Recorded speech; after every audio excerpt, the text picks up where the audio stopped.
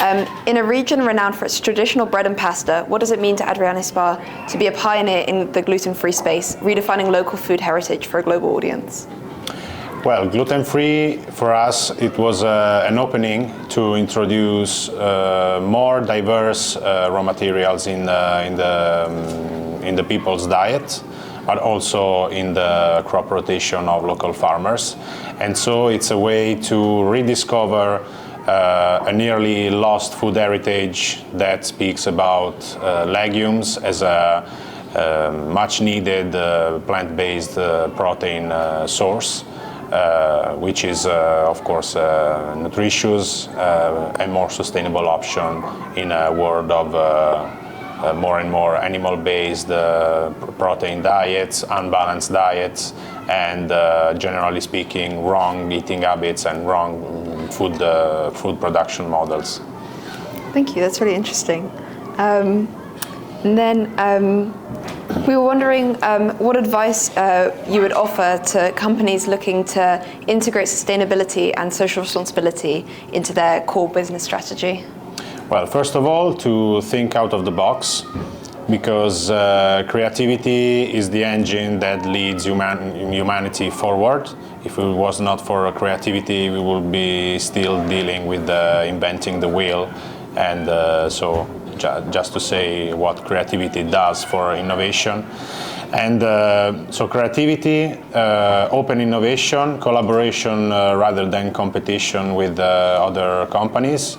Just to make an example, in the food industries, in the food industry sector, industries should collaborate more to give guidelines to the farmers to align towards a more regenerative, sustainable food production model.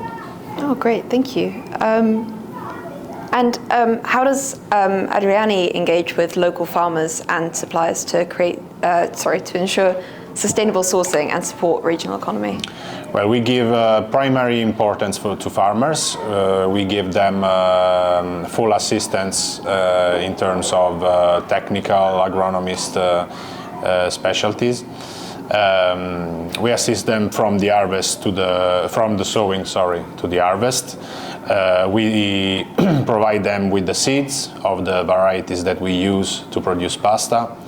But also we engage them in strategies and paths of sustainable agriculture, starting from the first step, which is digital farming, which is harnessing the power of digital and technologies in general to increase the ability to measure our impact, and so have the ability to understand where the most impacts occur, in order to elaborate further strategies, just like the projects in regenerative agriculture. And what's your vision for the future of sustainable food culture, and how is Andriani leading the way?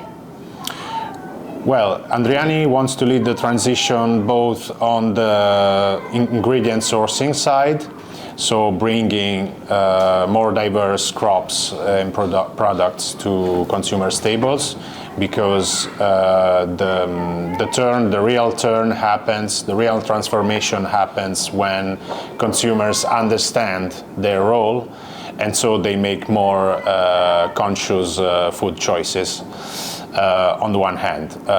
On the other, collaboration and partnerships, which is the 17 of the 17 SDGs of the 2030 agenda, which is pretty much put under discussion today, because we are facing scenarios of more and more competition for resources worldwide, more and more conflicts due to climate change or water scarcity, and if there is to speak about a future of food culture, it cannot be other than a future of collaboration and synergies between companies and between stakeholders in general. So actively involving the companies, the institutions, and the citizens in a collaboration framework towards circular economy, towards efficient resource use, and towards fight to waste and poverty and hunger. That's great. Thank you. That's all the questions that were highlighted. Do you have anything else to add or share? I'm fine with that.